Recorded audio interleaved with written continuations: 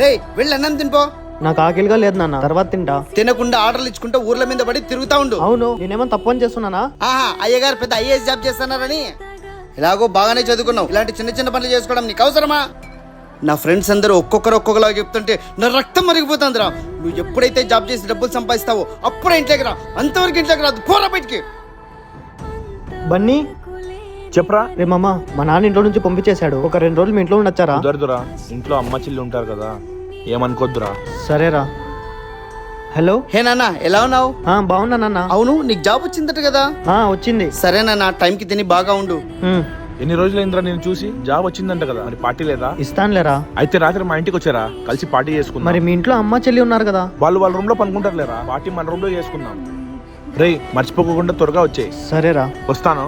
చూశారు కదా, మన దగ్గర డబ్బులు లేనప్పుడు మనల్ని ఎవరు పట్టించుకోరు. అదే డబ్బు మన దగ్గర ఉంటే ఎవరైనా మన దగ్గర రావాల్సిందే.